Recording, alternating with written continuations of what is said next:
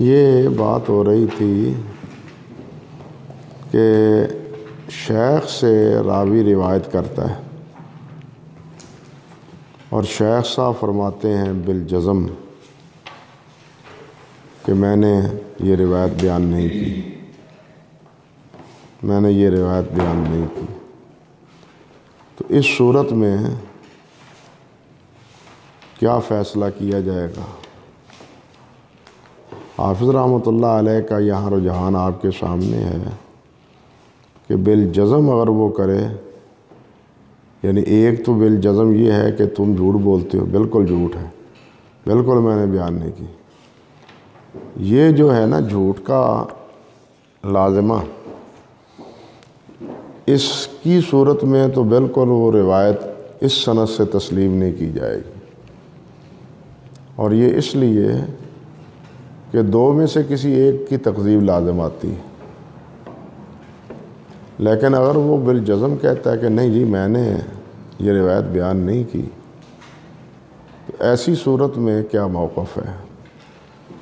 حافظ رحمۃ اللہ علیہ نے یہاں بالجزم کی بھی یہی بات کہی ہے، اور میں نے آپ کے سامنے وہ فتح الباری کو نکال کے دی تھی، جس میں وہ فرماتے ہیں کہ بالجزم بھی اگر کہے تو وہ روایت مردود نہیں ہوگی، مقبول ہوگی۔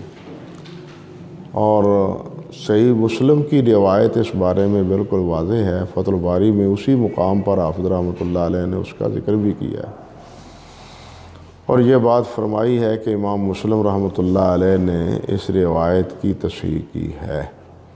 یہ اس بات کی دلیل ہے کہ بالجزم اگر شیخ تردید کر دے کہ نہیں میں نے یہ روایت بیان نہیں کی، تب بھی شاگرد کی بات قبول کی جائے گی، اور شیخ کا یہ انکار ان کے وہم یا سہو پر محمول کیا جائے گا۔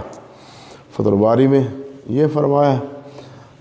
آگے کہتے ہیں اللہ آپ کا بھلا کرے، او کان جہدہ احتمالاً، ایک تو ہے بالیقین، ایک ہے ما اذکرہ، یاد نہیں مجھے میں نے آپ کو یہ حدیث بیان کی ہے یا نہیں کی، یا مجھے یاد نہیں، لا عارف، میں نہیں اس بات کو جانتا پہچانتا۔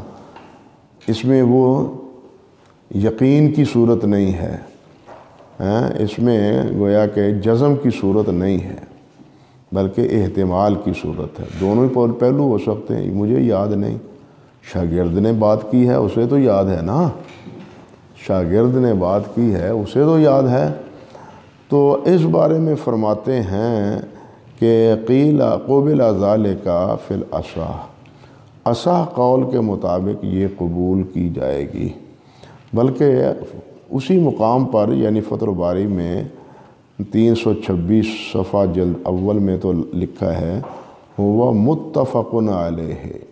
یہاں اصح کے لفظ سے معلوم ہوتا ہے کہ اس مسئلے میں بھی کچھ اختلاف ہے، اور اس اختلاف کے نتیجے میں جو رائے صحیح ہے زیادہ وہ یہ ہے کہ جب استاد شیخ بالجزم تردید نہ کرے تو روایت مقبول ہوگی۔ یعنی اصح کا لفظ کا تقاضا یہ ہے کہ اس مسئلے میں دوسری آراء بھی ہیں، لیکن فتح الباری میں جو الفاظ حافظ رحمۃ اللہ علیہ کے ہیں وہ یہ ہیں کہ اس بارے میں اتفاق ہے، متفق علیہ۔ یہ فتح الباری میں 300 بتلایا تھا، 26 صفحہ جلد 2 میں۔ اللہ اکبر کبیرہ، یہ اختلاف رائے ہے بہرحال۔ لأن ذلك يحمل على نسيان الشیخ وقیل لا يقبل۔ اب دیکھیے اختلاف آ گیا نا، وقیل لا يقبل، اور کہا گیا ہے کہ قبول نہیں کی جائے گی۔ لأن الفرع تبع للأصل فی اثبات الحدیث، کہتے ہیں اس لیے کہ فرع بھی حدیث کے ثبوت میں اپنی اصل کے تابع ہے۔ فرع شاگرد، یعنی شاگرد جو ہے وہ اپنے استاد کے تابع ہے۔ جب استاد ہی بالجزم اس کو قبول نہیں کر رہا اور اس میں وہ تردد کا شکار ہے، تو شاگرد کی بات جو ہے نا اس پر اعتماد درست نہیں ہے۔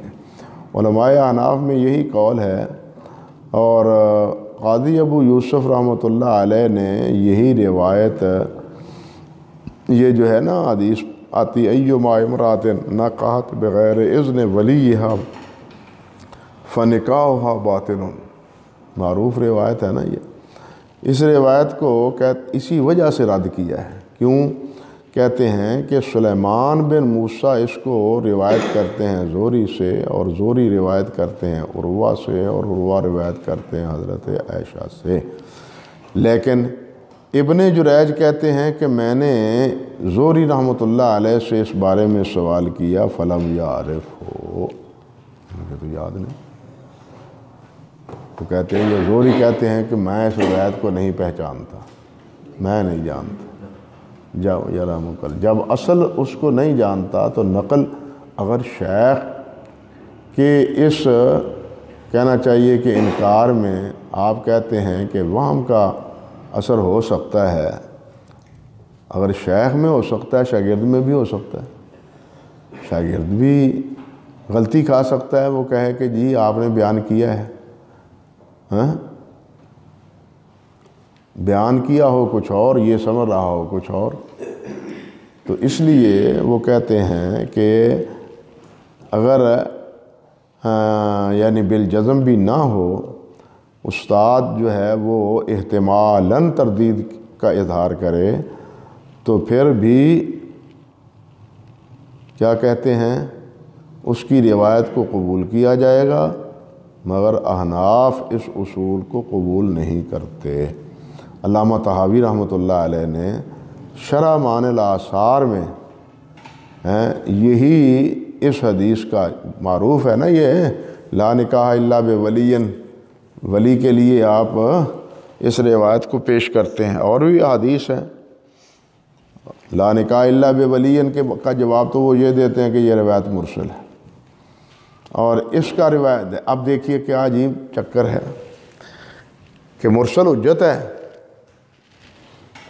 مرسل حجت ہے، لیکن ہم نہیں مانتے، وہ ہمیں الزام دیتے ہیں کہ تم مرسل کو حجت قرار دیتے ہو، نہیں قرار دیتے، لیکن یہ مرسل ہے تم کیوں حجت مانتے ہو؟ حالانکہ محدثین رحمہم اللہ نے یہ بات ثابت کی ہے کہ یہ روایت مرسل نہیں بلکہ متصل صحیح ہے، یہ روایت مرسل نہیں بلکہ متصل صحیح ہے، قرائن سے ثابت کیا ہے۔ اور اچھی بات کی ہے اس مسئلے میں علامہ زیلعی نے بھی نصب الرایہ میں، علامہ زیلعی نے نصب الرایہ میں، اور حافظ ابن حجر رحمۃ اللہ علیہ نے کس میں تلخیص میں بھی، اور فتح الباری میں بھی۔ اللہ اکبر کبیرہ، اللہ اکبر کبیرہ۔ اسی طرح حافظ ابن قیم رحمۃ اللہ علیہ نے زاد المعاد میں، انہوں نے بھی اس مسئلے پر اچھی بات کی۔ وہ جو اعلام الموقعین میں ہے وہاں تو ہے ہی ہے یہ بات، لیکن زاد المعاد میں بھی ہے۔ تو خیر یہ عذر ہے ان کا، یعنی احناف کا، اور وہ اسی چیز کو لیتے ہیں۔ مگر یہ جو علت ذکر کی ہے طحاوی رحمۃ اللہ علیہ نے، آپ دیکھیں اس کے بارے میں بھی امام ترمذی فرماتے ہیں، امام ترمذی نے کہا ہے کہ قال ابن معین لم یذکر ھذا عن الزہری الا اسماعیل بن علیہ عن ابن جریج وضعف یحییٰ روایت اسماعیل عن ابن جریج، کہ یہ جو انکار ہے نا زہری کا رحمۃ اللہ علیہ کا، اس کو روایت کرتے ہیں اسماعیل ابن جریج عن ابن جریج، اسماعیل ابن جریج سے روایت کرتے ہیں۔ اور امام یحییٰ بن معین رحمۃ اللہ علیہ نے فرمایا ہے کہ اسماعیل کی روایت جو ہے نا وہ ابن جریج سے وہ کیا ہے ضعف کا شکار ہے، اور یہ وضاحت خود علامہ ذیلی ہی نے نقل کی ہے۔ علامہ ذیلی نے جہاں طحاوی رحمۃ اللہ علیہ کا یہ قول نقل کیا ہے اس روایت کے بارے میں، قاضی ابو یوسف کا یہ جو موقف ہے اس کے روشنی میں، تو وہاں امام ترمذی رحمۃ اللہ علیہ کا یہ جواب بھی انہوں نے ہی نقل کیا ہے اس لیے صحیح بات یہ ہے کہ یہ امام زہری کا جو انکار ہے بذات خود مخدوش، امام زہری کا یہ انکار بذات خود کیا ہے؟ مخدوش ہے، اس کی ہی سند صحیح نہیں ہے۔ اس لیے اس قول کے تناظر میں اعتراض اس صحیح روایت کا پر کرنا یہ درست نہیں ہے۔ سمجھے بات بھائی؟ آگے فرماتے ہیں بحیث و اذا ثبت اصل الحدیث، یہ جو لفظ ہے نا اس کے بارے میں تھوڑا سا اختلاف ہے کہ بعض نسخوں میں اور فتح المغیث میں یہ لفظ ہے کہ بحیث و اذا اثبت الاصل الحدیث، اس حیثیت سے جب اصل حدیث کو ثابت کر رہا ہے، جب اصل یعنی شیخ حدیث کو ثابت کر رہا ہے، لأن الفرع تبع للأصل فی اثبات الحدیث بحیث اذا اثبت الاصل الحدیث، اس حیثیت سے کہ جب اصل وہ ثابت کرے کس کو؟ حدیث کو۔ یہاں جو ہے بحیث اس حیثیت سے ہے کہ اذا ثبت اصل الحدیث، جب اصل حدیث ثابت ہو، پھر ثابتت روایت الفرع، اگر اصل کی صحیح ہے تو فرع کی بھی صحیح ہے، اگر اصل کی ہی صحیح نہیں ہے وہی متردد ہیں تو شاگرد کو یقین ہی کیوں نہ ہو، وہ روایت کہتے ہیں کہ قابل اعتبار نہیں ہوگی۔ فَكَذَلِكَ يَنبَغِي أَن يَكُونَ فَرْعًا عَلَيْهِ وَتَبْعًا لَهُ فِي التَّحْقِيقِ، کہتے ہیں اسی طرح مناسب یہ ہے کہ جو فرع ہے نا، شاگرد جو ہے وہ کس کا تابع ہے؟ استاد کا، اور یہ چیز جو ہے نا أَن يَكُونَ فَرْعًا عَلَيْهِ وَتَبْعًا، یہ اس کی فرع ہے اور اس کے کیا ہے؟ تابع ہے، فی التحقیق، تحقیق میں۔ وَهَذَا مُتَعَقَّبٌ، لیکن یہ جو بات کہی گئی ہے اس پر تعاقب کیا گیا ہے، یہ جو بات کہی گئی ہے کہ اگر شیخ انکار کرے ایسے الفاظ سے جو محتمل ہوں، اور کہا گیا ہے کہ جناب جب شیخ ہی تردید کریں تو شاگرد کی روایت قابل قبول نہیں۔ کیوں؟ اس لیے جی کہ جب اصل ہی یقین سے خالی ہے تو فرع کو کیسے یقین ہو گیا؟ ہاں، اس لیے بنیاد تو اصل استاد سے چلتی ہے، بس اب استاد کو یقین نہیں ہے تو اس کے یقین کو کون مانے گا؟ یہ تھا اعتراض۔ حافظ کہتے ہیں رحمۃ اللہ علیہ کہ اس اعتراض پر کیا ہے؟ تعاقب کیا گیا ہے، پیچھا کیا گیا ہے۔ وہ کیسے جی؟ فرماتے ہیں بِأَنَّ عَدَالَةَ الْفَرْعِ يَقْتَضِي صِدْقَهُ، استاد ہیں متردد، تیقن نہیں ہے انہیں، یقین نہیں ہے، لیکن فرع کو، شاگرد کو یقین ہے۔ فرع کو کیا ہے؟ استاد کو یقین نہیں ہے، فرع کو یقین ہے کہ یہ استاد جی نے روایت بیان کی ہے۔ اللہ اکبر کبیر، اللہ اکبر کبیر۔ فرماتے ہیں تقتضی صدقہ، یہ جو اس کی عدالت ہے، شاگرد کی عدالت جو ہے، یہ تقاضا کرتی ہے کہ جو وہ کہہ رہا ہے کہ استاد نے بیان کیا ہے اس کو قبول کیا جائے، کیونکہ استاد یقین سے اس کا انکار نہیں کرتا۔ وعدم علم الاصل ینافیہ، اور اصل کا، استاد کا عدم علم یہ اس کے کہنا چاہیے کہ یقین کے کیا ہے؟ منافی ہے۔ فالمثبت مقدم علی النافی، لہذا مثبت جو ہے وہ مقدم ہے کس پر؟ نافی پر۔ یعنی ایک متردد ہے اور ایک جازم ہے، ایک بالجزم بات کہتا ہے، دوسرا تردد ہے، استاد اگرچہ ہے وہ۔ لہذا انصاف کا تقاضا یہ ہے کہ جس کو یقین ہے ہم اس کی بات کو مانیں۔ اور یہ کئی جگہ یہی اصول چلتا ہے، ایک آدمی کسی چیز کی رویت کا انکار کرتا ہے یا کہتا ہے نہیں مجھے تو کوئی پتہ نہیں اس بارے میں، لیکن دوسرا رویت کا اقرار کرتا ہے کہ جناب میں نے دیکھا ہے، میں نے دیکھا ہے، تو وہاں اعتبار آپ کس بات کا کرتے ہیں؟ جو یقینی طور پر رویت کا اظہار کر رہا ہے، جو مثبت ہے، اس کی بات کا اعتبار آپ کرتے ہیں۔ اللہ اکبر کبیر۔ چلیے جی، وَأَمَّا الْقِيَاسُ ذَلِكَ بِالشَّهَادَةِ فَفَاسِدٌ، کہتے ہیں کہ یہ جو شہادت پر اس مسئلے کو قیاس کیا گیا ہے وہ باطل ہے۔ دیکھیں، ایک ہے شہادت، ایک ہے شہادت پر شہادت۔ شہادت پر شہادت کیا ہوتی ہے؟ فیصلے میں کہتے ہیں کہ جی ہمیں آپ کی شہادت قبول نہیں، آپ کی شہادت قبول، فلاں آدمی آپ کی طرف سے شہادت دے۔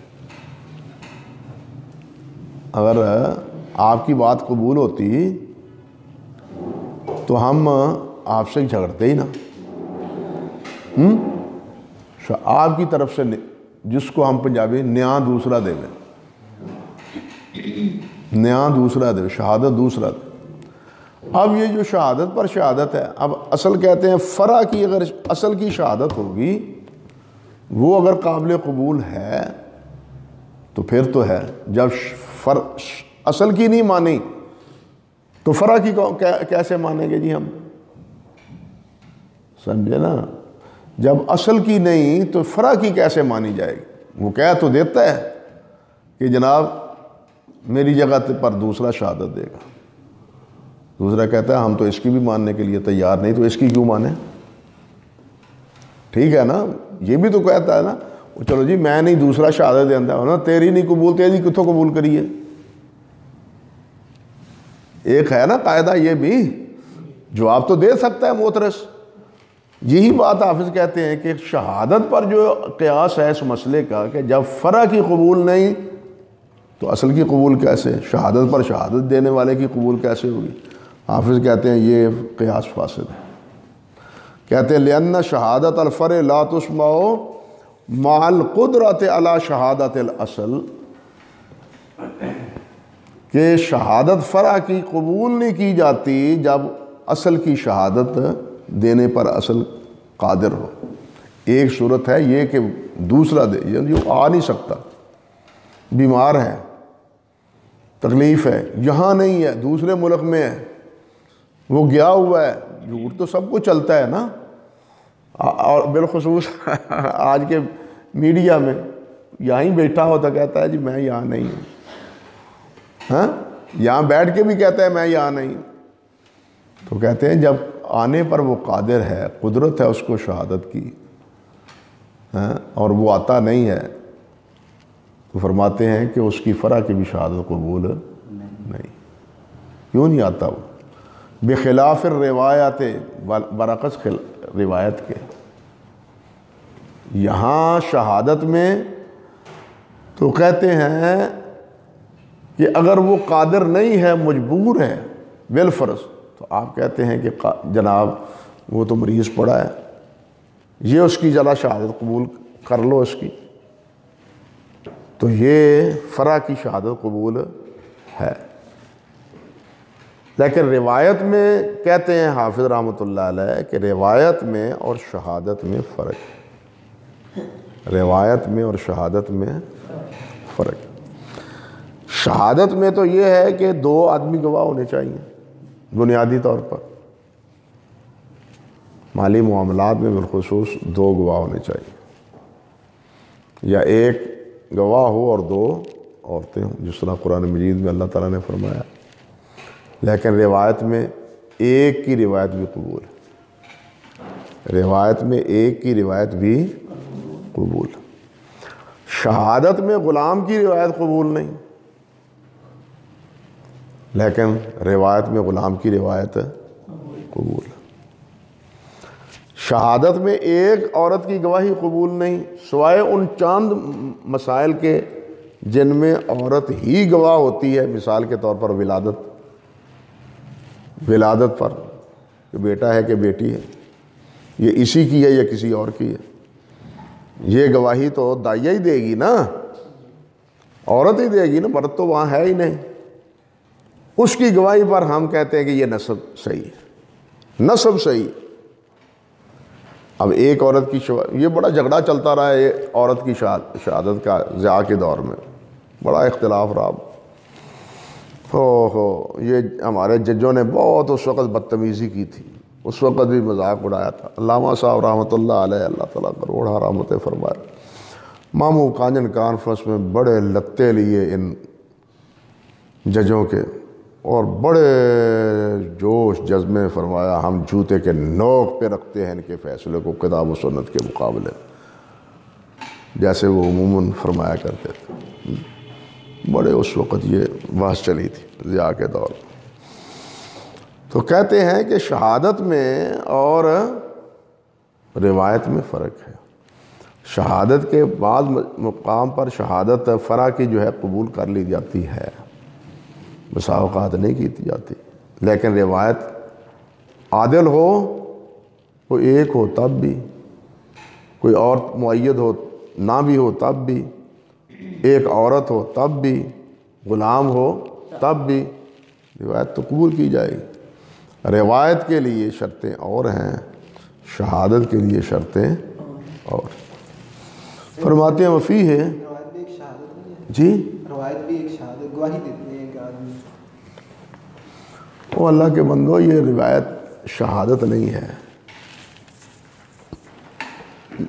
یہ شہادت نہیں ہے بلکہ روایت ہے، رویت ہے یا سماع ہے۔ رویت فعلی ہے یا تقریری ہے، اور سماعی قولی ہے، یہ روایت ہے، شہادت نہیں۔ شہادت ہے کسی معاملے میں گواہی دینا کہ یہ معاملہ اس طرح ہوا ہے، دونوں میں فرق ہے۔ وفیہ اے فی ھذا النوع صنف الدارقطنی رحمہ اللہ کتاب من حدث ونسی۔ امام دارقطنی رحمۃ اللہ علیہ نے کیا ہے مستقل کتاب لکھی ہے، من حدث ونسی، اللہ اکبر کبیرہ، اللہ اکبر کبیرہ، کہ جو بیان کرتا ہے اور بھول گیا، مستقل کتاب۔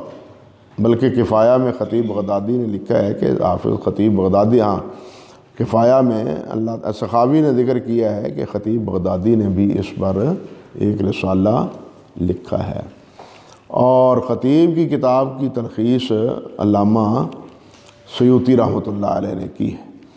تو خیر فرماتے ہیں چونکہ امام دارقطنی کا استحضار اور حفظ ضبط بہرحال مثالی تھا، تو سب سے زیادہ معتبر اور مفسر کتاب امام دارقطنی ہی کی شمار کی گئی ہے، لیکن ابھی تک وہ کہنا چاہیے کہ زیور طبع سے آراستہ نہیں ہوئی۔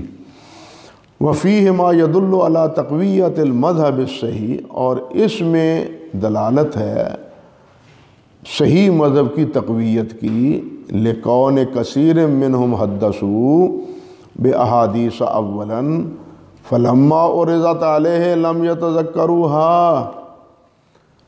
اس میں بہت سی مثالیں انہوں نے ذکر کی ہیں ایسی کہ انہوں نے حدیث بیان کی پہلے، جب ان پر اس حدیث کا تذکرہ کیا گیا تو انہیں یاد نہ تھی، انہیں وہ روایت یاد لم یتذکروها، اس کو حفظ و ضبط یاداشت میں نہیں آئی۔ بہت سی ہیں، لاعتمادہم علی الرواۃ عنہم، اور انہوں نے اس کو کیوں اعتماد کیا ہے؟ ان کے روایت کرنے والوں سے، صاروا یرونہا عن الذین رووہا عنہم عن انفسہم، تو ہو گئے وہ روایت کرنے والے عن الذین، ان لوگوں سے وہ جنہوں نے ان سے روایت کی تھی، کا حدیث سہیل بن ابی صالح عن ابیہ عن ابی ہریرہ مرفوعا فی قصۃ الشاہد والیمین، قال عبد العزیز بن محمد الدراوردی حدثنی بہ ربیہ بن ابی عبد الرحمن عن سہیل قال فلقیت سہیلا فسالتہ عنہ فلم یعرف۔ دراوردی کہتے ہیں میں ملا حضرت صاحب آپ نے یہ روایت بیان کی، وہ کہنے لگا نہیں میں نہیں جانتا۔ فقلت ان ربیعہ حدثنی عنک بکذا، اور ربیعہ نے آپ کے شاگرد نے بتلایا ہے مجھے آپ یہ روایت بیان کرتے ہیں۔ فکان سہیل بعد ذلک یقول حدثنی ربیعۃ انی حدثتہ عن ابی۔ ہاں بعد میں کیا کہتے تھے کہ ربیعہ نے مجھے بتلایا ہے کہ میں نے اسے حدیث بیان کی ہے اپنے باپ سے، میں بھولا ہوا ہوں۔ تو سہیل نے اعتبار کیا یا نہیں؟ گویا اصل نے شاگرد کی بات کو تسلیم کیا ہے۔ جب سے شاگرد استاد خود تسلیم کرتا ہے تو حضرت صاحب آپ کیوں تسلیم نہیں کرتے؟ چلیں بھائی، وَنَظَائِرُهُ كَثِيرًا، کہتے ہیں کہ اس کی بہت سی مثالیں موجود ہیں۔ وَإِنِ اتَّفَقَ الرُّوَاةُ فِي إِسْنَادٍ مِّنَ الْأَسَانِيدِ، بسم اللہ، اور اگر راوی متفق ہیں فی اسناد من الاسانید، اسانید میں سے کسی اسناد میں، کسی اسناد پر، کسی سند پر، اسانید کے جتنے اسالیب ہیں ان میں سے کسی ایک اسلوب میں تمام راوی متفق ہیں، فی صیغ الاداء، جو ادا کے سیغے ہیں، سمیت و اخبرنی، حدثنی، یہ جو الفاظ ہیں ان میں سے کسی ایک کے ساتھ وہ روایت میں کیا ہو، سارے استاد کہیں سمیتو سمیتو سمیتو سمیتو، حدثنی حدثنی حدثنی، اخبرنی اخبرنی اخبر، یہ سمجھے بات؟ کہ سمیتو فلانا قال سمیتو فلانا، او حدثنا فلانا قال حدثنا فلانا، یہ وغیر ذالک من السیغ او غیرہا من الحالات القولیہ، یا اس کے علاوہ قولی حالات ہیں، مثال کے طور پہ کما سمیت فلانا یقول اشہد اللہ لقد حدثنی فلان، یہ کہتے اللہ کو گواہ بناتا ہوں کہ فلاں نے مجھے یہ حدیث بیان کی ہے۔ او اول فعلیہ، یا اس کے ساتھ فعلی حالت ہو، کیا مثال دخلنا علی فلان فأطعمنا تمرا، فلاں کے پاس گئے انہوں نے ہمیں کھجوریں کھلائیں اور ساتھ ہمیں یہ حدیث بھی سنائی۔ اول قولیہ والفعلیہ، حدثنی فلان وہو آخذ بلحیتہ، ہمیں حدیث بیان کی اور وہ داڑھی کو انہوں نے پکڑا ہوا تھا۔ قال آمنت بالقدر، یہ استاد بھی کہہ رہا ہے، استاد کے استاد بھی کہہ رہے ہیں، ان کے آگے استاد بھی کہہ رہے ہیں، ساری سند میں یہ حرف ادا ایک ہی جیسے، خالی سمیت و حدثنا کے ہوں یا قولی اور فعلی کوئی اسلوب اسالیب ان کے ساتھ ملے ہوئے ہوں، کہتے ہیں فہو المسلسل۔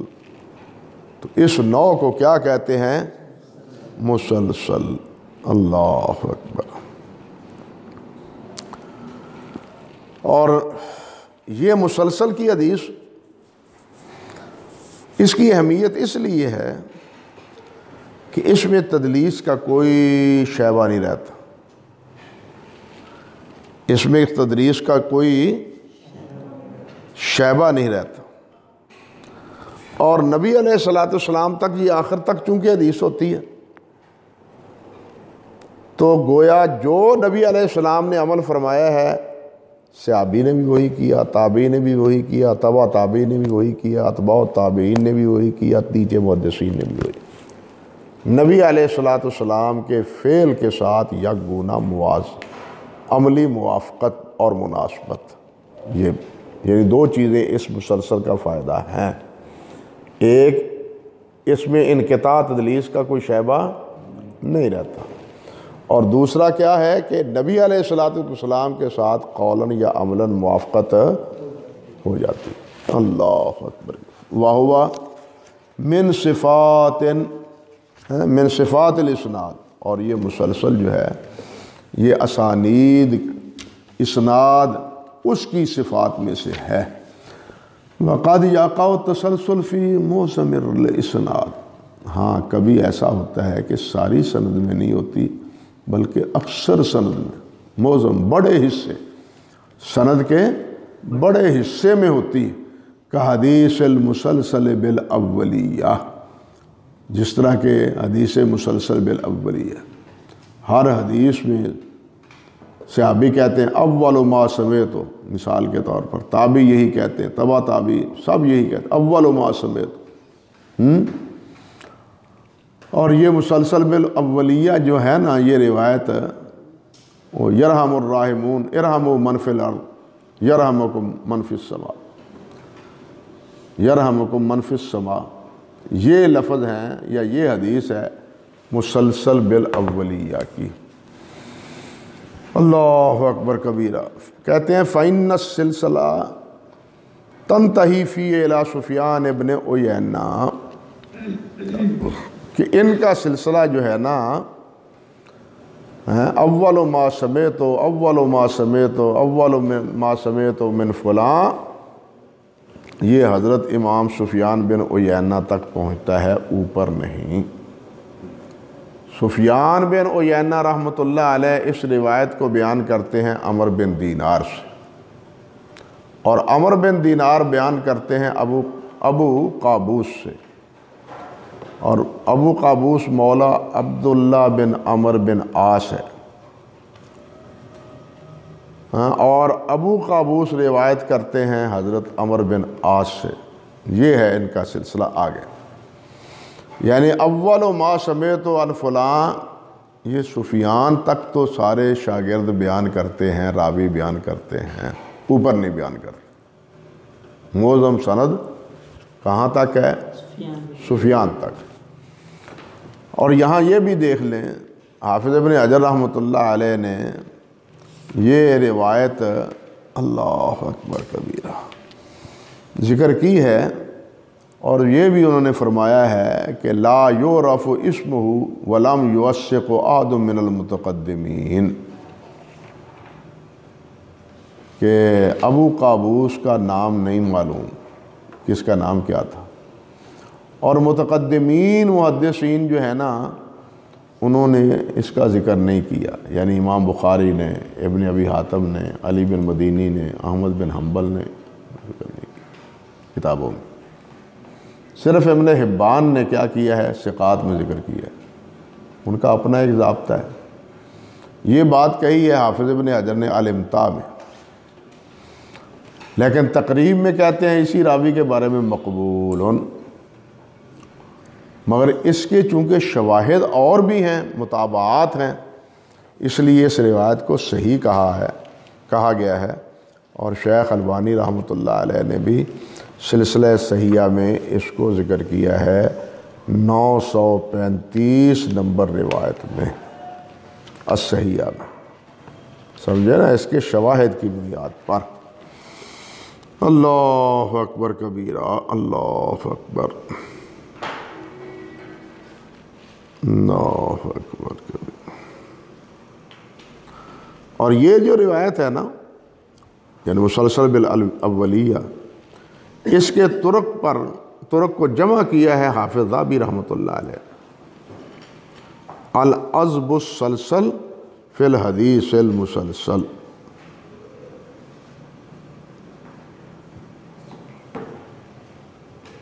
اور اس کے طرق ذہبی کے علاوہ علامہ ابن الصلاح نے بھی اور سبکی رحمۃ اللہ علیہ رحمہم اللہ نے بھی جمع کیے.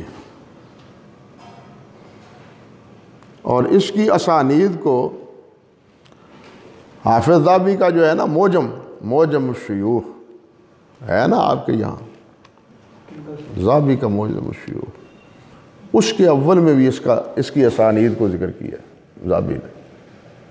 ذہبی نے موجم الشیوخ جو ہے نا ان کی ان کے اول میں بھی اول و موجم شیوخ الکبیر، اس میں بھی انہوں نے ذکر کیا ہے، چھپی ہے ہمارے پاس ہے۔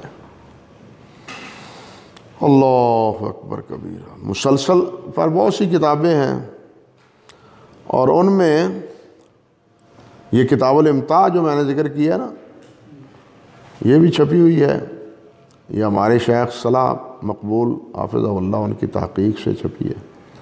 ایک دو رسالے اور بھی ہیں اس کے ساتھ ملحق، حافظ ابن حجر رحمۃ اللہ علیہ کی کتاب الامتاع کے ساتھ۔ اللہ المتاع بالاربعین المتباینہ بشروط السماع، یہ پوری کتاب کا نام ہے۔ اور اس پر سب سے اچھی کتاب حافظ سخاوی رحمۃ اللہ علیہ کی الجواہر المسلسلہ فی الاحادیث المسلسلہ، الجواہر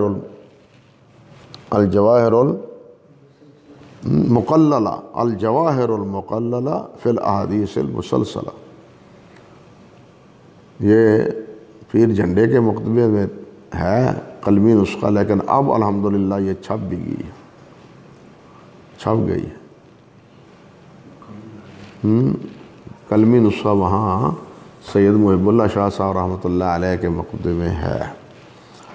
اور اس کے علاوہ بھی ہے کتابیں ہیں بعض حضرات کی مسلسل پر، مسلسل حدیث پر، جو میرا یہاں رسالہ ہوگا المسلسل بالعیدیہ، چھوٹا سا رسالہ ہے المسلسل بالعیدیہ، یہ امام ابو طاہر سلفی کا رسالہ ہے۔ وہ سارے استاد بیان کرتے ہیں کہ عید کے دن ہم نے یہ سماع کیا، عید کے دن ہم نے سماع کیا، المسلسل بالعیدیہ، یہ کویت سے چھپا ہے، کویت والوں نے، شیخ محمد ناصر اجمی ہے نا، انہوں نے چھاپا ہے، انہوں نے بھیجا تھا کہ اس کی تحقیق کر دیں، لیکن ان کا جو چھاپنا ہے نا وہ بڑا عجیب ہے۔ وہ ساتھی جو ان کے ہیں نا اس طرح ماشاءاللہ، کسی کو اب تو تعطل آ گیا ہے کافی دیر، لیکن پہلے بہت سی کتابیں چھپی ہیں اور بعد میں ایک مجموعے میں چھاپ دیتے تھے۔ اللہ اکبر۔ اور اس کا نام لقاء العشر الاواخر فی الحرم، یہاں ہوں گے شاید کوئی نہ کوئی جلد ہو، لقاء العشر الاواخر۔ کیا کرتے تھے کہ وہ جو اس طرح تحقیق کی نا، تو رمضان المبارک کے آخری عشرے میں مطاف میں بیٹھ کر اس کا سماع کرتے تھے، مطاف میں بیٹھ کر نا اس کا سماع کرتے تھے وہ سب ساتھی، 2 4 6 جو اس ذوق کے وہ اکٹھے تھے۔ تو یہ میرے رسالے کا بھی انہوں نے سماع کیا ہے اسی کا، اور پھر انہوں نے پہلے وہ سماع کرتے، پھر اس کو چھاپتے علیحدہ، پھر وہ بڑی کتاب میں چھاپتے، وہ 4-5 جلدوں میں یہ ہیں لقاء، 2-3 جلدیں تو ہمارے پاس ہیں۔ عارف صاحب کو کئی دفعہ کہا بھی ہے یار یہ مکمل کروا دیں، مختلف رسائل ان میں بڑے اچھے اچھے ہیں ماشاءاللہ، چھوٹے چھوٹے، لیکن مکمل نہیں ہو پائی۔ چلیے خیر، اور اس میں نے نا جتنے مسلسل روایات پر کتابیں لکھی گئی ہیں نا اس کے مقدمے میں نے ذکر کی ہے، مسلسل بالعیدیہ میں۔ چلیے بھائی، وَسِیَغُ الْأَدَاءِ الْمُشَارُ إِلَيْهَا، جس کا ہم نے اشارہ کیا ہے نا صیغہ ادا کا، وہ کہتے ہیں وہ 8 مرتبے ہیں اس کے، 8 درجے میں ہیں۔ وہ کیا کیا ہیں؟ آسان سا مسئلہ ہے۔ الاولیٰ سمعت وحدثنی ثم اخبرنی وقرأت علیہ وہی المرتبۃ الثانیہ ثم قرئ علیہ وانا اسمع وہی الثالثہ ثم انبانی وہی الرابعہ ثم ناولنی وہی الخامسہ ثم شافہنی اے بالاجازہ وہی السادسہ ثم كتب الیہ بالاجازہ وہی السابعہ ثم عن ونحوہ، پھر اس کے بعد عن ہے، ونحوہ اور اس کے طرح، وہ کیا ہے؟ من صیغ المحتملۃ للسماع والاجازہ، وہ الفاظ جو سماع اور اجازہ دونوں کو شامل ہیں۔ وہ کیا ہیں؟ وَلِعَدْمِ سِمَاعِ أَيْضًا، سماع کو بھی اور عدم سماع کو بھی، دونوں کا احتمال ہوتا ہے۔ وَهَذَا مِثْلُ قَالَ وَذَكَرَ وَرَوَى، یہ جو تھا نا نحوہا کی ان کی طرح کون ہے؟ قَالَ وَذَكَرَ وَرَوَى۔ فاللفظان الاولان من صيغ الاداء وهما سمعت وحدثني صالحان لمن سمع وحده من لفظ الشیخ۔ سمعت وحدثني، یہ دونوں لفظ اس بات کی صلاحیت رکھتے ہیں، لمن سمع وحده من لفظ الشیخ، کہ میں نے اکیلے نے یہ استاد کے لفظوں سے سنا ہے۔ حدثنی، انہوں نے مجھے بتلایا، وہ بیان کر رہے تھے اور میں سن رہا تھا۔ ایک ہے سمعنا، سمعتو، حدثنی، حدثنا، یہ فرق کرتے ہیں۔ آپ نے پڑھا ہے صحیح مسلم میں امام مسلم رحمۃ اللہ علیہ، فلاں نے سمعتو کہا، فلاں نے حدثنی کہا، فلاں نے حدثنا کہا، یہ فرق کرتے ہیں باقاعدہ۔ امام مسلم رحمۃ اللہ علیہ بتلاتے ہیں کہ فلاں راوی نے کون سا جملہ استعمال کیا ہے۔ کہتے ہیں یہ ہو گیا جی۔ وتخصیص التحدیث بما سمع من لفظ الشیخ هو الشائع بین اہل الحدیث اصطلاحاً، اور تحدیث کی تخصیص جو ہے نا لفظ شیخ کے سماع سے، تحدیث حدثنی، استاد کے لفظ سے سننا، یہ گویا کہ اہل حدیث کے نزدیک شائع ذائع ہے، معروف اصطلاح ہے۔ استاد بیان کریں، ہم سنیں تو کیا کہتے ہیں؟ حدثنی، حدثنا یا سمعت۔ کہتے ہیں ولا فرق بین التحدیث والاخبار من حیث اللغہ، کہتے ہیں لغت کے اعتبار سے تحدیث حدثنا یا اخبرنا یا اخبرنی یا حدثنی، لغوی اعتبار سے کوئی فرق نہیں۔ وفی ادعاء الفرق بینہما تکلف شدید، ان دونوں کے درمیان تفریق کا دعویٰ بس میں تکلف ہی تکلف ہے۔ لیکن لما تقرر الاصطلاح صار ذلك حقیقتا عرفیہ، لیکن جب اصطلاح بن گئی ہے تو لا مشاۃ فی الاصطلاح، تو پھر عرفی طور پر اس کی تفریق سمجھ جاتی ہے، ورنہ تفریق حقیقی نہیں ہے۔ فتقدم علی الحقیقت اللغویہ، تو یہ اصطلاح جو ہے لغوی حقیقت پر کیا ہوگی؟ مقدم کی جاتی ہے۔ ما ان ھذا الاصطلاح انما شاع عند المشارقۃ ومن تبعہم، جبکہ یہ اصطلاح، یہ تفریق کی جو ہے نا، یہ مشرقی علماء جو ہے نا، یہ بغداد، کوفہ، عراق، نیسا پور، اس علاقے میں یہ عام شائع ہے۔ واما اہل المغارب، جو مغربی علماء ہیں، اندلس وغیرہ، یہ کہتے ہیں فلم یستعملوا ھذا الاصطلاح، وہ اس اصطلاح کو استعمال اخبرنا کو نہیں کرتے، بل الاخبار والتحدیث عندہم بمعنی واحد، بلکہ حدثنا اور اخبرنا ان کے نزدیک ایک ہی معنی میں ہے۔ اور یہی قول امام بخاری رحمۃ اللہ علیہ کا ہے۔ امام بخاری بھی اخبرنا اور حدثنا میں کوئی فرق نہیں کرتے، بلکہ کتاب العلم میں انہوں نے یہ ایک باب بھی باندھا ہے، جس کی مزید تفصیل آپ ما فتح الباری پہلی جلد صفحہ 145 پر ملاحظہ فرما سکتے ہیں۔ آگے فرماتے ہیں وَإِن جَمَعَ الرَّاوِيُّ، یہ انشاءاللہ آگے دیکھیں گے۔